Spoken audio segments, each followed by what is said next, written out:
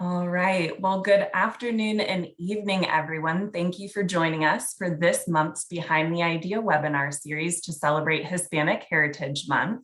This webinar is sponsored by IBM. We are not able to put on these programs without the support of our sponsors and our donors. So thank you so much, IBM, for supporting us in this webinar. We have some wonderful speakers today. But before we get started, I did want to share that we will be awarding attendees with some special prizes. Student attendees from the audience are eligible to win a mentor session with one of our speakers, as well as the chance for a scholarship prize. The scholarship is being donated by Victor Garcia, one of our panelists, and his organization, Nvidia. So stick around through the session, ask lots of questions, and we will be reaching out to the winners after today's session. A couple events I did want to mention before we get started. The foundation will be hosting a free webinar event, interactive event on October 12th for college students to learn more about careers in innovation and IP. And then we will have another Behind the Idea webinar to celebrate Hispanic Heritage Month on November 9th.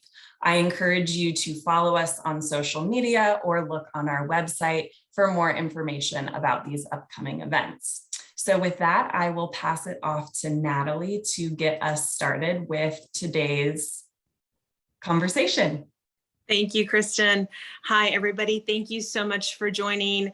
I had to call in from my cell phone today because my computer was giving me issues. So we make adjustments on the fly here. Hopefully everybody can hear me and see me okay.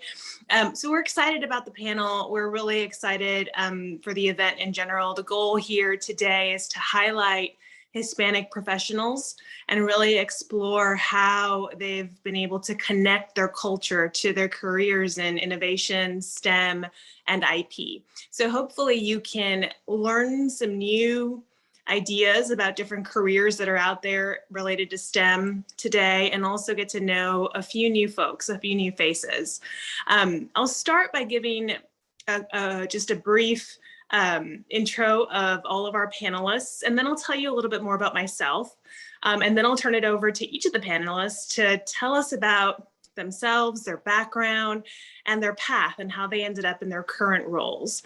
So my name is Natalie Gonzalez. I am an IP attorney, intellectual property law here in Houston, Texas. I am a lawyer with a law firm by the name of Baker Botts, and I've been here for about 11 years. So my entire career has been with this one law firm. On our panel today are three amazing, amazing folks in the STEM field. We've got Agustiega from IBM. We have Victor Garcia from Nvidia, and we have Natalia Vigoya from IBM. So I'll tell you a little bit about myself first, and I won't spend too much time. And then I'll turn it over to these folks so that they can tell you about their backgrounds. So I grew up down in the Rio Grande Valley, South Texas, very, very South Texas, as far south as you can go without crossing the border. I grew up about 10 minutes from the Mexican US border. My dad was actually born in Mexico. He's from Linares, Nuevo León. He came over to the United States, immigrated when he was about 13 years old. My mom was born in Donna, a tiny little town down in the Rio Grande Valley, in a little hut. And they met as migrant farm workers when they were in their teens, and they would travel up to Minnesota and other areas to go work in the fields. I am the youngest of four children. My oldest brother is 18 years older than me. And so they had a very different, my oldest brother and my oldest sister had a very different upbringing than I did, because over the course of those 18 years, my parents, they got themselves out of the fields. They got their GEDs, they started to work in different settings. And so my dad became a mechanic, my mom became a bank teller, and then kind of worked her way up to a loan officer role. And, you know, when I was growing up, the idea of college, the idea of, you know, a higher education, it was sort of a given in my household. You know, my parents really valued education because they weren't able to achieve it, right? I mean, they had to drop out of the 6th grade and the 8th grade, and they had to go and get their GEDs. And so growing up, my siblings and I, we all knew that we were going to go to college. It was just a matter of how we were going to pay for it. And so I went off to the University of Texas at Austin, got my mechanical engineering degree from there, and then I came to Houston for law school. When I was in engineering, I kind of decided that I didn't really want to be an engineer, but I really liked the science fields. I liked being able to use that part of my brain. And that's how I ended up in intellectual property law. So it's a little bit about me. I want to turn it over to our amazing panelists to tell you their story and how they were able to get to where they are today at IBM and Nvidia. So Augusto, why don't we start with you? Sure. Hi. Can you hear me well? We can. Okay. So yeah, hello everyone. My name is Augusto Vega. I work at IBM Research, and thanks for having me in this amazing panel. Yeah, I was born in a rural town in Argentina, very small town there, and from my early childhood, I was very curious and interested in knowing how things work. I used to open every small toy that passed through my hands and see what was inside and this kind of crazy stuff. So at some point, when I grew up and I was finishing high school, I knew I wanted to move forward and learn more, but it was not easy. I mean, being in a small town, far from any big city, far from any good university in Argentina was very hard. I mean, I came from a middle-class family, so it was not easy for my parents to afford my education, but they made a huge effort, and I was able to move to Buenos Aires at some point and start my computer engineering degree there, which I managed to complete quite, let's say, quickly. And that was not enough. Again, I mean, I wanted something more. And during my years in the university, during my engineering degree there, I learned something that was like a click in my life, which was, I mean, if I want to do science, real science, if I want to become a scientist, I may need to pursue higher education even beyond my computer engineering degree. And that was something that I learned by chance, by meeting someone that told me something about that. But I said, oh my gosh, I mean, what is a master? What is a PhD? And I decided to go for that. And then since there were no master or PhD programs in Argentina in computer architecture, which was something I wanted to really pursue, I decided to move to Spain. And then I got my master and PhDs on computer architecture in Spain before joining IBM Research in New York in 2010, more than 10 years ago. And since I joined IBM when I was a PhD student, actually, I never left the company. So yeah, I mean, this has been my, let's say, my unique, let's say, professional experience after graduation. I have been in IBM for more than 10 years, as I said, doing in general research and science in the context of computer architectures, and more specifically the design of future chips, computer chips and microprocessors for different kind of applications. And I mean, I feel really happy and honored to be part of this company. So, I mean, this is just a very short summary of what has been my path in the last probably 20, 25 years. Thank you so much. It's fantastic. And I'll have some questions about some of the different things that you're working on at IBM in just a bit. But let's turn it over to Natalia.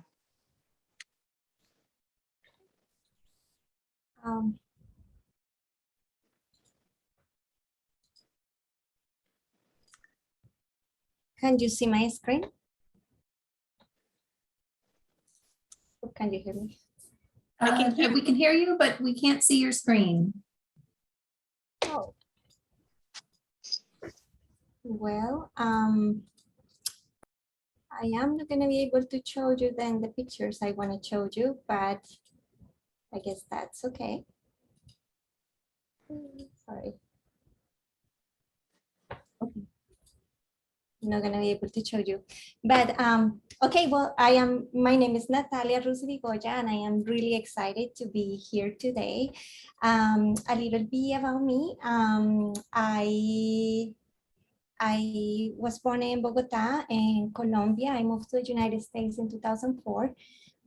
When I moved to the United States, I did not speak any English. I learned the basics in Colombia, but I never practiced it. So it was really hard to communicate with people at the beginning. I challenged myself to the point that in my first 11 years in Texas, I was able to get my bachelor's, master's, and PhD in industrial engineering and get a couple of certifications too. While going to school, I had different works. I taught Spanish, I was a tutor, I taught engineering graphics. I was also a research assistant and a teacher assistant. I had a couple of internships. I had an internship at Medtronic in the brain tool division, also an internship in Denison Industries, where I learned a lot about aluminum and its processes. Before graduating from my PhD, I got an internship at Hewlett Packard, and at HP, I worked on research of various products at different fidelities of the product design. Some of the products that I work on got design awards, and I was able to also, with research, identify opportunities for patents, and some of them were granted. So that was exciting. After HP, I got a job at NASA as a contractor with KBR. I worked at NASA for about almost 5 years. I supported the Orion program, the commercial program. I supported the human fly integration system for ISS, which is the International Space Station. And before leaving NASA, I supported the human research program, the medical capabilities team, where I work in various projects for the future of exploration, projects on autonomous missions, habitability, smart habitability design, and tool development research. At IBM, I am a new employee. I have been here for about 2 months and a couple of days. By now, I had the opportunity to support some research projects on IBM partnerships. That has been really interesting. Also facilitated 2 different workshops that impacted the roadmap of the IBM Academy of Technology. And currently, I am working on strategic research to enhance the user experience of the IBM Cloud Paks.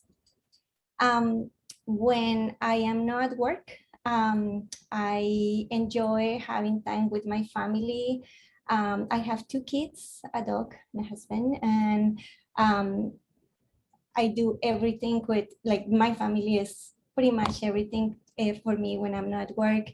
And I enjoy cooking, trying different recipes from different places. When the pandemic started, I learned a lot of capabilities that I didn't have. And I also learned that I really enjoy gardening and seeing things grow from nothing. And I love arts and crafts. I also like participating in voluntary activities. I like to be able to share my knowledge in engineering, user-centered design, and human factors. And also, I like to participate in many different professional activities like conferences and workshops, not only because I like to share what I have learned, but also because I like to learn from my peers. So that's a little bit about me. That's fantastic. Thank you so much. I don't know how you do everything that you do, but you're amazing. And thank you. So let's turn it over to Victor. Hi, Natalie. Hi, everyone. Thank you for having me. A pleasure to be here. It's really interesting to hear everyone's background and stories. A lot of things in common. So, like Natalie's parents, my parents were also migrant workers. I was actually born in Michoacan, Mexico, and I came at the young age of 6 years old to this country, and I actually followed the crops with them from Southern California through Oregon and Washington. And we basically would work anywhere from 8 to 10 months of the year and would travel back to our small town and live there 2 years. And it wasn't until around maybe when I was 10 years of age where my parents decided to settle permanently here in California in a little town called Lindsay. It's mainly an agriculture farm, and basically my parents would, work there 8 to 10 months out of the year instead of having to travel. What's also interesting is that, similar to Natalie, going to college was not an option for me, meaning that, the reason why my parents brought me and my siblings to this country was basically to get an education. So growing up, that's all I heard, right? All I heard was that I was here for school, and really their commitment to me and my siblings was the fact that they settled, because you can imagine moving from city to city, state to state was pretty disruptive to our education. And a little bit about my background in education. So the reason why I think I naturally liked the math and sciences was because, like many other parents, my parents did not know English. And so what they could teach me was basically math and sciences, to the point where basically it was my preferred subject in school. So I found myself excelling in those subjects. And, you fast forward to basically when it was time for me to decide what to do. And I'll share a funny story. My dad actually told me that I didn't have to go to college, that I could either go to college or that I could go to pick in the fields with him. So naturally, I made the easier choice, which was, to go to college. I like to tell people that he said, hey, you can pick up your backpack full of books that maybe weighs 10, 15 pounds, or you can pick up a sacco and carry 40, 60 pounds of oranges and climb, 20-foot flight of stairs every day. So, till this day, I remember that conversation. I went to Cal Poly and studied mechanical engineering. And I always thought that, I was actually gonna go into the automotive industry. And it wasn't really till I did my first internship with DuPont Aerospace where I got to design the RX-7 engine, where I realized maybe that I wanted to do something a bit more hands-on other than just being behind the computer all day. So the next internship I did was actually with IBM. And it was a different field around facilities engineering and real estate. And that's really where I found my passion in life. Besides my wife and my kids, I really enjoy what I do. So when I hired on permanently, I actually worked at the San Jose IBM plant facility. Worked for them for about 7 years and learned everything from maintenance and operations, project management, did some real estate transactions. At that time, basically, I studied at UC Berkeley to get my construction management certification, which really helped me get my next job at Brocade, where eventually, I became the vice president or head of real estate. I got to travel the world doing what I love to do, which is getting to know the culture, people, and really building a better workplace for the employees of that company. Fast forwarding to now close to 4 years, I left Brocade. I'm here at Nvidia.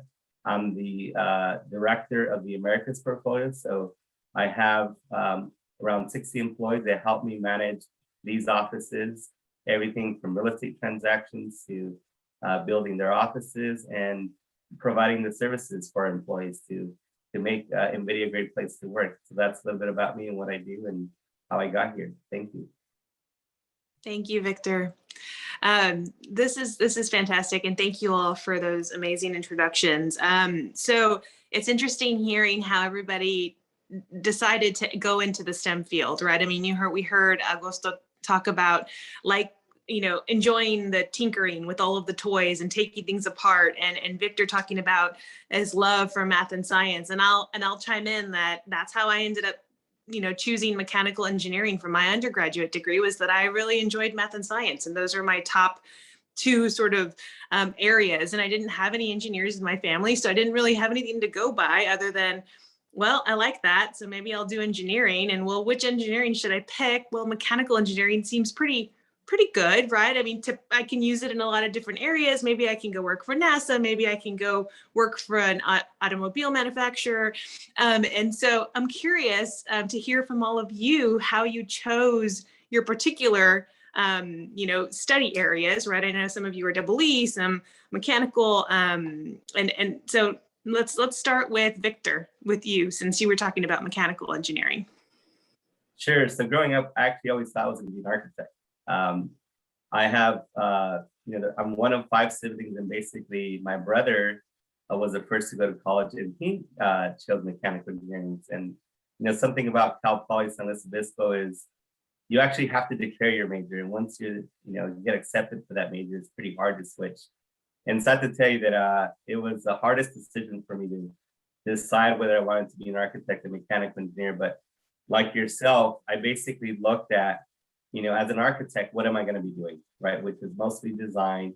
You could choose whether, you did designs, houses, landscape architecture, corporate offices, interiors, right? So I also looked at mechanical engineering, and I thought that maybe it was more versatile, like you said, between going into the aerospace, the automotive industry, to actually building buildings, HVAC systems.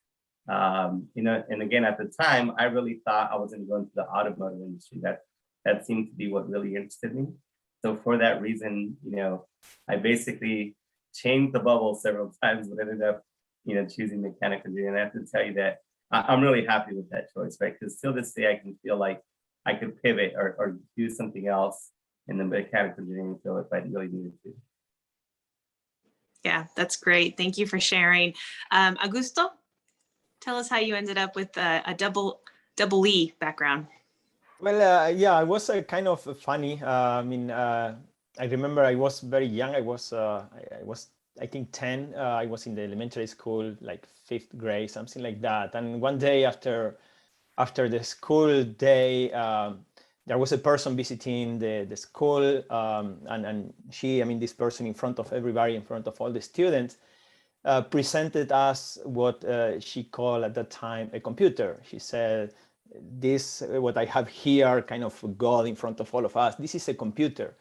And for me was, oh my gosh, what is that, right? And I went after that and asked that person, can you tell me more about what is a computer? And she told me, well, this is a kind of machine that you can even tell what to do, you can program, can do things, etc., etc. So for me, it was love at first sight. Immediately I knew I want to know more about this. This is something unique, right? And I remember at that time that computer ended up to be like a Commodore 64. Some of you may be too young to know what that is, but that was a pretty old computer, but still a good one. And then after that, I remember I finished the elementary school, and even during high school, I started taking some computer programming classes that actually that same person started in the town at some point. I think I was the only student in that computer academy for a few years. Because nobody else in the town was much interested in programming computers. But it was very clear to me that I wanted to do something with computers. So when I finished high school, the question was, first of all, where should I go? If I want to pursue like a high level education, what university should be the right one for me in terms of distance, location, but also in terms of quality. And there were very few choices in Argentina at the time, Buenos Aires, Cordoba. And also it was a little bit about what kind of career to pursue. Engineering, computer engineering, or something else in that, let's say, domain, right? But this is my story, why I pick up computer engineering at the end. It's a good story. It's a good story. Thank you. Natalia, industrial engineering. So first tell us what that is, because some of the high school students may not know. And how did you end up choosing that at least for your undergraduate? Great. So, when I was in high school, I always thought I was going to be a medical doctor, and I wanted to do that because I thought I really want to make an impact in people's lives. And then there was an accident, and I saw a lot of blood, and then I said, I don't think I want to do that. And the school took us to learn about the different engineering activities. And when I saw industrial engineering, I saw that there was a combination of a little bit of everything. Something that I really like is that it has the mindset that there is always a way to make things better. So there is industrial engineering in processes and systems and products, and how we can make it better.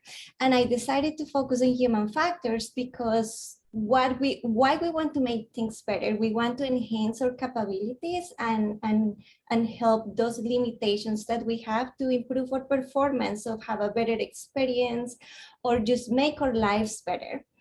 So I decided to go and learn a little more about industrial engineering and how can we make things better, learn about the processes, the industry, the different aspects. You take all of the same engineering classes until certain time, and then you start taking the classes that focus in the human aspect of how we interact with things, with products, with systems. And that's how I got so interested in industrial engineering. I really like people and find ways to make things better for our lives. So, yeah. Great, thank you. So I think, first, let me encourage those attendees that are listening in to please submit questions. This program is for you. We want you to learn as much as you possibly can from this wonderful group of panelists. And I see that a question has been submitted. And so I will read this question, but please submit all of your questions through the Q&A field, and I will try to get to them. So the first question that we received is, how do you promote more diversity in the workplace, especially being what I would assume the minority in STEM fields? So let me read that one more time. How do you promote more diversity in the workplace, especially when you're, the minority, basically in the STEM field that you've chosen? Who wants to take this one first? Sure, I can. Thank you, Victor. So I'll tell you about what Nvidia does in most high-tech companies. They actually have a diversity officer, right? So this is somebody in the company that has access to our executives, staff, and works closely with HR. So it's a position that really figures out how to diversify its workplace, how to be inclusive. And it's not just about the hiring process and trying to hire more diverse backgrounds, but also within the company, right? How do we make it more diverse? So some other things that Nvidia does is we promote clubs. They get budgets, right? So we have a Hispanic network club that I'm a part of. We have a Black network club. Every ethnicity or race you could think of, or even just, for example, other groups like veteran groups. We even have a wine club, right? So again, the company really tries to be inclusive and promote that culture. So besides having clubs, the other thing is the outreach, right? You heard a few of us talk about how we volunteer our time. So Nvidia hires interns. We look at the numbers. We also do a lot of outreach. We work with schools and universities and offer mentoring, tutoring, and actually, we do projects with them, right? To again promote access to those communities, because a lot of what I find, having been part of organizations like SHEP when I was in college, is that a lot of students, like my parents, right? They knew they wanted me to go to college, but they didn't know what college really was about, or what it took to get through college, or what all these career fields were. So what I would tell you is that I think by us, doing things like this, talking about STEM, what the careers are, that's how more minorities will learn about these opportunities and take a shot at it, right? It wasn't, I honestly didn't know what a mechanical engineer was when I was growing up. It wasn't until I was in high school where I learned about the different careers, right? So basically, I think it's a lot about outreach and education is how we can help. Yeah, and I will add that, yes, definitely. So promoting diversity in the environment when there are different activities that help our communities. For instance, the Society of Women Engineers had activities where they wanted to promote Girl Scouts and teach them about concepts of engineering. So being able to just share your knowledge with the different people who might have some interest, or as you mentioned earlier, don't know what is it about and maybe something that they really like. So teaching what you know to those who are interested in different group ages, not only the little ones, but also the big ones that maybe want to see themselves in a different space. So volunteering, I think, has been a way that had helped me to share my knowledge and to promote diversity and also show my skills. For instance, as I mentioned earlier, I have been at IBM for only 2 months, but I had already facilitated two workshops.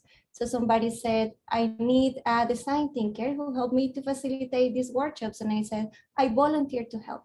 I volunteer to share, to show my skills and to maybe improve my skills on things that I don't know. So you promote diversity by showing your abilities, by being willing to learn new things, and by volunteering to share the experiences that you have, so those who do not have an idea can see a future in what you're doing. Such a great answer. Augusto? Yeah, if I can, yeah, I mean, just a little bit. I think Natalia and Victor, they have said most of the things, and I agree with all those things. IBM takes very seriously, I mean, promoting opportunities for different minority communities. But I wanted to also add that I think it is also a little bit our responsibility as members of those communities, in this case, as members of the Hispanic Latino community. I find myself like a little bit quote unquote responsible of also trying to create maybe all connections or whatever I can, like small bridges between opportunities in this country and what I see back home, for example, in my case in Argentina or in any other place in Latin America, right? If I hear of someone, let's say in Argentina, in the university, or someone that is maybe interested in whatever, I mean, pursuing something in the US or learning more about what they do, I try to be open and offer my availability to anybody to say, okay, let's talk. I mean, what do you want to know? I mean, can I help you in any way? And in that way, for example, today I have some work relationship with people in some universities in Argentina where we try to, for example, encourage students to maybe come for internships in the US or provide any possible advice that I may humbly provide to them, right, in such a process, right? So I think it's also, I mean, it's we shouldn't just expect our big corporations to do all the work, but we should also involve ourselves and think that we can do maybe a little bit to create those connections with our fellow people in our home countries as well, right? And this is a daily process. It's just to keep our eyes and our ears open to those needs also. Yeah, that's great. And I'll also add that for the attendees, right, for the students, don't be afraid to ask for help. Don't be afraid to take us up on our offer to be there, to have those conversations, to share our knowledge and our experiences, and to help you along the way. You know, everybody today gave their time to be here and to talk about, you know, what we do and how we got here. And so we want to help. And so feel free to reach out to any of us with questions. And so we have a lot more questions here. So Augusto, this one I'm going to direct to you first. So hi, like Augusto, I'm a student from Argentina. Do you feel like, given the circumstances of today, that it is possible to pursue a career in a company in the US remotely while I remain a resident in my home country? So that's a good question. I don't know. I think that depends on the company. There may be some companies that provide more flexibility in terms of location. For example, especially those related to maybe software development. I know some people working from other countries for US-based companies in software development, but I don't think that is probably the case for most of the companies. I mean, because of also sometimes of legal issues that companies have to basically follow, right? So, I mean, I don't know, to be very honest, but I can try to look for some information eventually. Yeah, that's good. Thank you. Anyone else want to chime in on this one? It's a hard question because it like Augusto said, it's going to depend on the company. So Yeah, I guess I would like to add, so I recently joined IBM 2 months ago, and I had applied to other jobs, and I had many like different interviews, and I will say that there is a possibility for many of the tech companies to work remotely. It's now something that you see it more often than before. So I think that you should definitely try. If there is something that interests you, the worst thing that could happen is that they tell you no. But you should definitely explore the different companies and put that keyword of remote opportunities and see whether that's something that you're gonna be able to do. thank you. That's good. Okay, so lots more questions here. Please describe the habits or traits that you believe are most important for success, particularly for minorities in science and engineering. Natalia, do you want to start us off on that one? Sure. I think that it's very important to have an open mind. We learn a lot of things with our culture, with our environment, but once you learn to listen and explore what is around you, you find out that there are many things that you don't know and many things that you're gonna be learning. Definitely have that ability to get out of your comfort zone and not just be comfortable, but say, I'm gonna try something different. I'm gonna explore this new thing.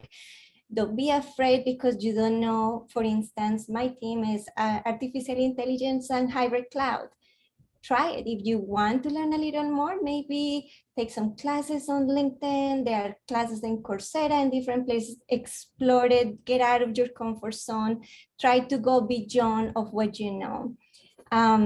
To have that that ability to be resourceful, to say, if I don't have all of the tools and everything available right now, what can I do with what I have? And have a plan B, so you don't only go to that plan that you were expecting. And I think that is very, very important to don't forget your roots and your values. I think I had a professor who told me, you have to do everything in your life as if tomorrow you were the face of the newspaper and what you want people to see about you, right? So if you do everything that is based on your values and how you want to be treated, how you want other people to be treated, so I think that helps you to succeed, to just have open mind, be resourceful, take advantage of the opportunities. Don't be afraid, and listen not only to yourself but to others, and be careful with that. I will say there is many people that might gonna be discourage you of things and say you might not be able to do this, but listen to them and understand their background and why they say that. Maybe they have a story that you don't understand. You can listen to them and help those stories around you build your story, but don't let other people build your story. Just listen and move on, move forward to where you want to go. So I think those are key things that will help you. Fantastic. Victor, anything to add? Yeah, I think two things. Never stop learning. I think what's really helped me in my career, as I've assumed different positions or even moved to different companies, it's just my willingness to always learn, whether it's taking more classes, whether it's learning on the job. I think that's really what's helped me differentiate myself amongst my peers. And then also now that I'm a manager and leader, that's who I see that's basically easy to work with. And, sometimes you come up with new challenges, and it's those people that are willing to learn new things, right? That really help you solve those challenges. That just really helps those people get ahead as well. And you as a team and a company, right? And then the last thing that I'll type about our culture is I think a hard work ethic is embedded in our culture, right? And I think, between our intelligence, our openness to learn and take on new challenges, combined with our work ethic, is really, I think, sort of I'll call it a triple threat, right? Why I think that we're able to be successful and accomplish a lot of things that a lot of people aren't willing to do, for that matter, right? So I think those things put together just really help us get ahead, help us promote them hiring more minorities like yourselves. So that's what I have to add. Thank you. Excellent. Augusto, anything to add on that one? Yeah, I mean, I think I could say in a few words that you have to really love what you do. I mean, for me, that was like really the force that helped me to move forward in my career. I mean, the journey is not easy, will not be easy. I mean, for me, for example, going from my hometown to Buenos Aires was already a big change. I went alone to this big city and I was very far from family and friends, but I really love what I was going to pursue there. So I moved forward. And similarly, at some point I said, well, I want to do a master and a PhD. I will go to Spain. Again, farther from everybody. But I love that. So, I mean, I had that energy, that internal energy to keep moving forward. And it's what today, I mean, even being so far from my family, from my country, keeps me happy in this country, right? So you have to really love what you do. If you feel that you don't love what you do, well, you may need to look into some other path to keep moving forward in your journey, because otherwise it will be very, very difficult to force yourself to be successful doing something that, I mean, you don't fully love. So it has to be body and soul. I mean, that kind of love. So this is my only advice in that regard. Yeah, that's great. Oh, Natalia, go ahead. Yeah, I was gonna say that I really like what you're saying about love what you do. But I will also add that not only try those things that you love, but things that could get you in love. So if you are curious about something, just try it. Maybe it's gonna be something that you're gonna really find a connection and explore it a little more. Don't be afraid to try things out. That's great. And the one thing I was going to add, and Augusto covered it perfectly, was, you know, this isn't easy, right? It's going to be hard. You're going to have challenges. And the key, I think, is to get back up, right? Keep going, stay the course. You're going to be the only Latino in the room a lot of times. You're going to be the only woman in the room a lot of times in this field. And it's getting better now, but I mean, sometimes you'll still be the only Latina in the room. And so you have to keep going, and you have to, it's, you know, there's something called grit, and there's something about just pushing forward, getting back up when things get hard, and knowing that you know, nothing worth having is, you know, comes easy. And so that's the only thing that I would add to that. And there's a whole lot of questions, so we'll keep going. Let's see.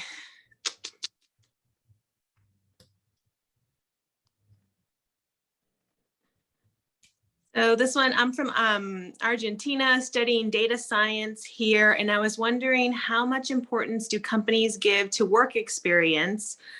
Because as students, we may be more focused in studying than job hunting. So that's a good question. Who wants to start us off? Natalia?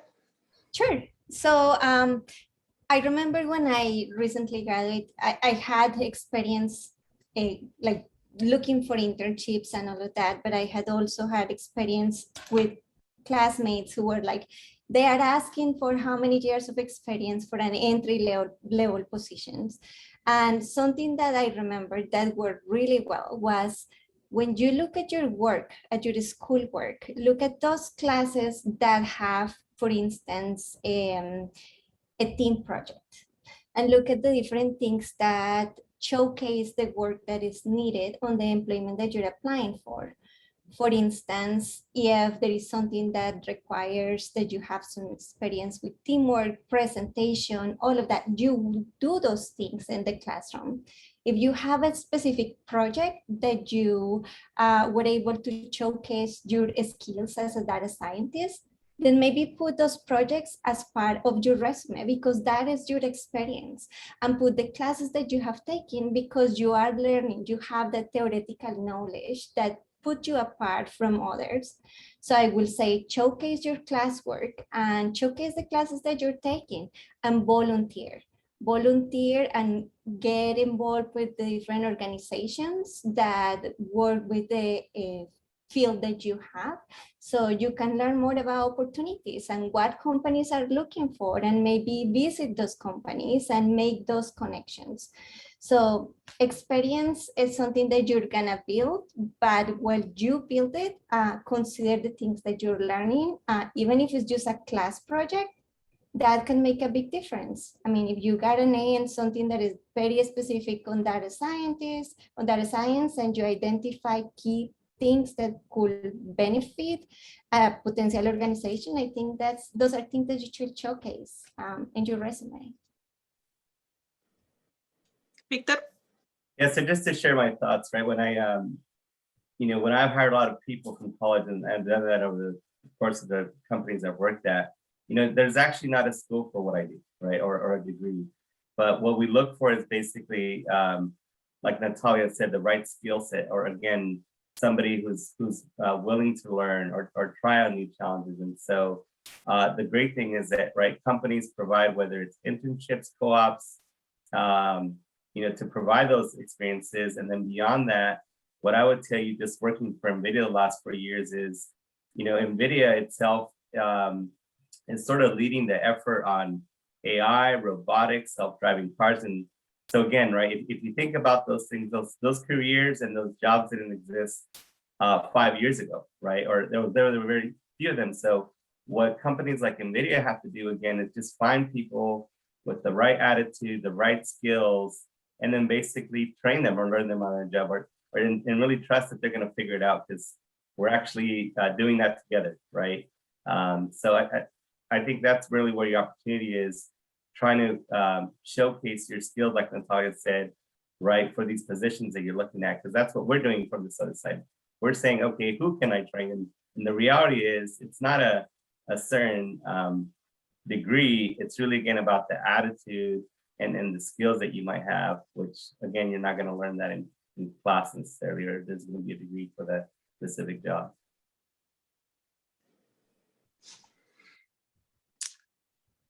So let's shift gears just a bit and talk about networking, just because we're kind of talking about job hunting. And I think it's important, especially in this virtual environment that we're in, to talk a bit about how students can connect with others in the Latinx community, how they can go about building their networks, at this stage of their careers, if they're still in college or even in high school. So does anyone have thoughts on what could be helpful in regards to networking with others in the community? So I like to start. I guess what I would tell you is that, again, there's a lot of actually professional associations. So you might have heard me mention the word SHEP, right, which is Society of Hispanic Professions here. So they had that associate in college, and guess what? They have the career version or the professional version. They also had a Hispanic business club in Cal Poly, and they had the equivalent of that in the field. And so, what I would tell you is that if you actually research your field or your interests, whether it's, robotics or data science, you'll actually find on LinkedIn that there's a lot of these communities out there. And if you reach out to them, they're probably the best professional networking. Because once you partake in them, they have social events. Those companies or those people actually work for companies, and the reality is that they're always hiring or looking for people, right? And if not, there's a lot of people who will help you make those connections. So I myself have been partaking in a lot of those outside associations, and I've been able to make those connections for people, right? Or pass names along kind of thing, or direct people. So I would say that between those associations and then just through LinkedIn, finding these associations or these opportunities is where I would tell you to start. Yeah, I will add that I think LinkedIn is especially a very good source to connect with people. Try to connect even when when you don't know somebody, just because maybe you just look at their profiles, look at the things that maybe you would like to be doing, and join the network, invite them. Try to definitely join the professional organizations. I think that, I mean, the internships that I had, I got them because I network in the student chapters that we have. And I was able to visit different companies and learn more about them, and learn what kind of skills they are looking for. Also, your teachers, your professors, they work in specific fields. They also have a network. So when you are working on a class that really is important to you and for your future, think about that professor who is teaching you that class might have important connections that might help you to find the job that you want. There are different community of practices. There are activities that you can join, meetup groups that you can say, okay, well, I want to learn more about user research or user experience, for example. You can join those communities, and many of these activities are now happening remotely, right? So you don't even have to go to a place, but you can connect and start building your network. If I can add something else, I mean, I think Natalia, Victor, you have covered it very well, but something that I found useful in this regard is participating also in technical and scientific conferences. These days, those are mostly virtual. They are coming also in kind of hybrid, virtual in person as well. But I mean, I found that very, very useful, going to these conferences, even when I was a student back in Argentina, and participating, of course, attending the talks, but doing networking, I mean, as much as possible, knowing people that, oh, okay, oh, you like that field of topic, okay, this is my business card, you can reach out to me if you want to learn more, etc., etc. Actually, I would say that, I mean, the way I ended up being in Barcelona doing my PhD was because I was presenting a poster in a conference in Argentina, and there was a Spanish professor there, and he was interested in what I was presenting. And I said, well, I would like to pursue a PhD on this. And he said, well, you may come to UPC Barcelona. There are positions there. And this is how I ended up there. Yeah, participating in technical and scientific conferences in Latin America, we have, in the context of computer science, we have the Carla conference is one that comes immediately to my mind. It's a big one. And I mean, the registration fees for students are usually very low. And if you find some nice professors in the university, they may even help you to cover those. So, I mean, this is a small tip in addition to what Natalia and Victor already said. That's great.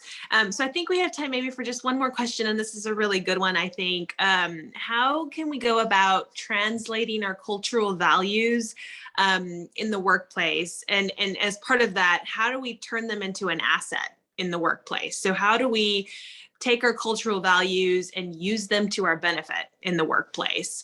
Who wants to take that one first? Anyone? It's a tough one, but I thought it was a really good question. Yeah, I think it's a really good question. And I think that it's, I think I mentioned something earlier about being really open-minded.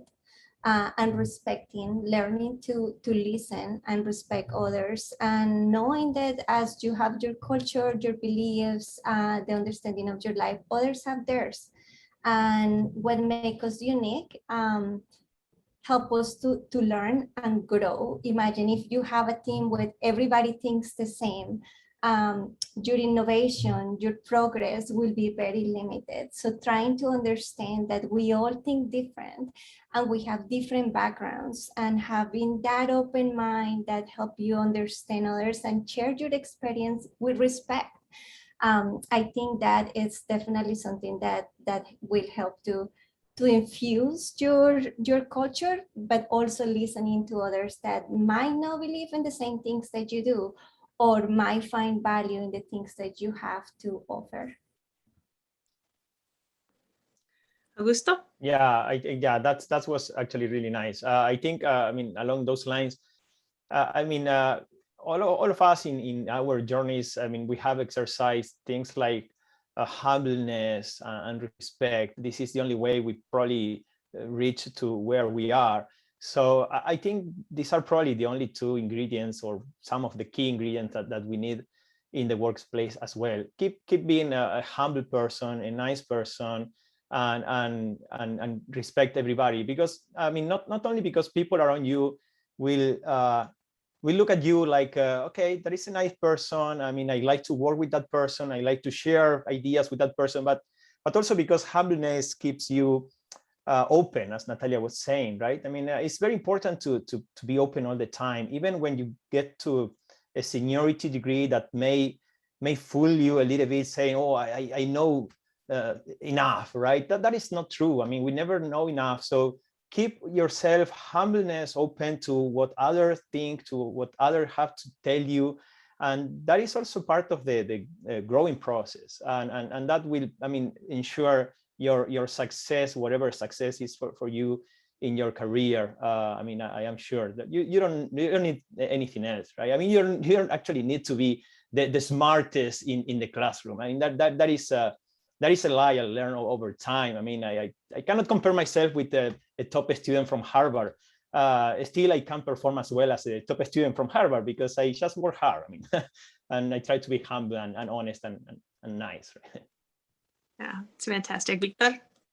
Sure. So something I thought of as I was hearing everyone talk was, I think in our culture, we're taught to respect our elders, respect people in general, respect, Mother Earth. And I guess how I would summarize is integrity. And, made me think about, again, Nvidia's values, or even as I worked at IBM, right?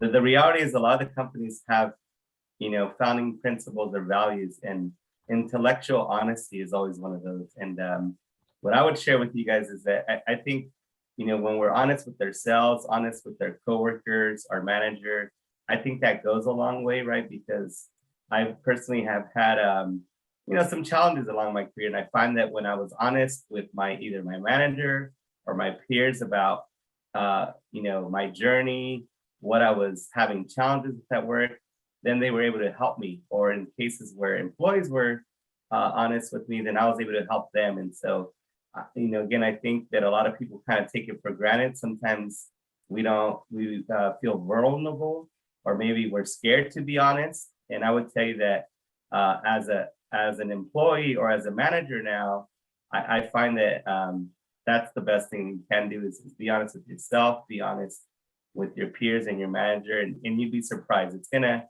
actually help you rather than hurt you to be intellectually honest. Yeah, and I like to add that I know communication is key, but communication of the why, right? So I want to do this, but why is extremely important, because then it enables other people to say, okay, well, we can do these other things to fix that, or to improve that. So understanding why things are happening, why are we making these decisions, why is this important to me, it's incredibly important. So yeah, I agree with you. Communication is definitely key, and it's something that sometimes I need to improve doing, expressing everything that I want to say. Well, you've done a fantastic job today. So thank you, Natalia, and thank you, Augusto and Victor. You guys were amazing. And for all of the attendees, I hope that you were able to learn at least one new thing, but probably a whole lot more than one new thing. So I'll turn it over to Kristen to close us out. Thank you all very much. Thank you so much, Natalie, for leading the conversation. And thank you to all of our speakers for sharing more about your background and some advice for hopefully the future STEM and innovation leaders of tomorrow. So thank you so much. As I mentioned in the beginning of the webinar, we are giving away a few prizes. Each of our speakers has agreed to host a mentor session with a student attendee, as well as a scholarship prize. So when you close out of the window today, make sure that if you're interested in being qualified for one of those prizes, you input your information in the screen that will pop up. If you have any questions or issues with that form, please feel free to reach out to us at foundation@ipo.org. And with that, thank you all again to all of our speakers, and I hope everyone has a good afternoon and evening.